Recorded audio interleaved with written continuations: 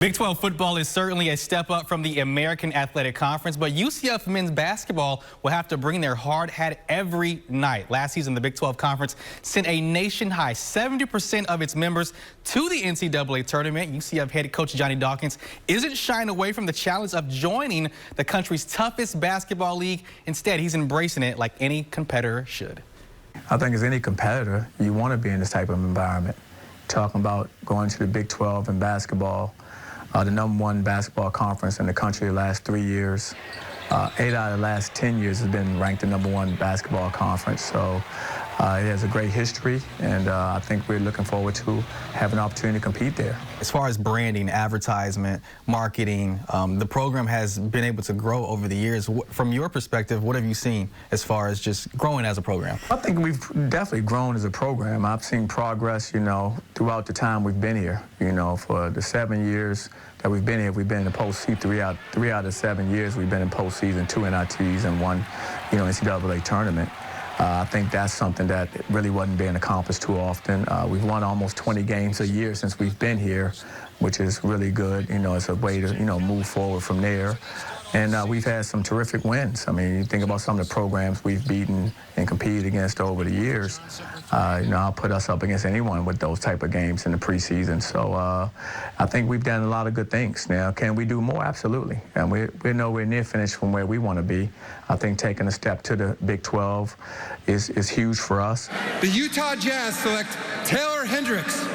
Taylor Hendricks, one and done, highest recruited player in UCF program history for men's basketball. What message does that send to the rest of the world to say, hey, UCF, they're putting guys in the league, and then how do you continue that momentum? Well, with him going in, I think it shows that it's possible. We always knew that here. But, sometimes you have to actually have it happen before everyone recognizes that, oh, they were saying that now. There it is right in front of us. And so I think it just, puts a player out there that everyone can recognize being taken the way he was. They know now coming here that that's possible for them. Is there anything that you're going to change as far as coaching style or the type of players you recruit? Well, what we've done is we've studied the league, studied the teams in the league, looked at the rosters, personnel, size, weights, and all of those things. And so based on that, we started strategizing what we want to do. And so initially for us, we want to make sure we get bigger and stronger. We have to have the size. Of course, talent is always going to be very important. What's it going to be like in the incoming years when Kansas rolls into town or Kansas State? Rocking. I want it sold out. I want everyone in the building. We've had our most success when that's happened. If you look at our history here, we've had great games like that, and we've had some amazing moments that we've been able to share with our community here in Orlando. And so I'm just hoping that it continues to be that way. We have teams like that come through here.